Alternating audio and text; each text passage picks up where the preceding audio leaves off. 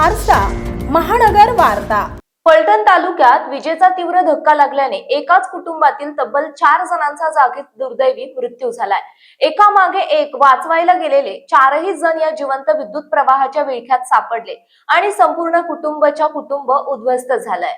ही दुर्दैवी घटना घडलीये फलटण तालुक्यातील खामगाव येथे। खामगाव येथील एका खाजगी इंग्लिश मीडियम शाळेजवळ शिंदे कुटुंब राहत होतं।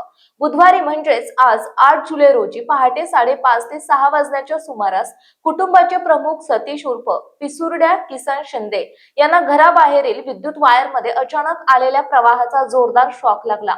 सतीश शिंदे यांना विजेचा धक्का लागून ते विव्हळत असल्याचं पाहताच कुटुंबातील इतर सदस्यांची पायाखालची जमीनच सरकली। त्यांना वाचवण्यासाठी कुटुंबातील इतर 3 जण एकामागून एक पुढे सरसावले, पण दुर्दैवाने विजेचा प्रवाह एवढा तीव्र होता की वाचवायला गेलेल्या गंगूबाई शिंदे, सचिन शिंदे आणि आरती शिंदे या तिघांनाही विजेने आपल्या कचाट्यात घेतले। काही क्षणातच या चौघांचाही घटनास्थळी जागीच मृत्यू झाला। या एकाच घटनेमुळे शिंदे कुटुंबावर तर काळाने घाला घातलाच आहे, पण संपूर्ण सातारा जिल्ह्यात या घटनेमुळे मोठी हळहळ व्यक्त केली जाते। प्रशासनाने आता तरी उघड्या विद्युत तारांबाबत गांभीर्याने घेण्याची गरज निर्माण झाली आहे।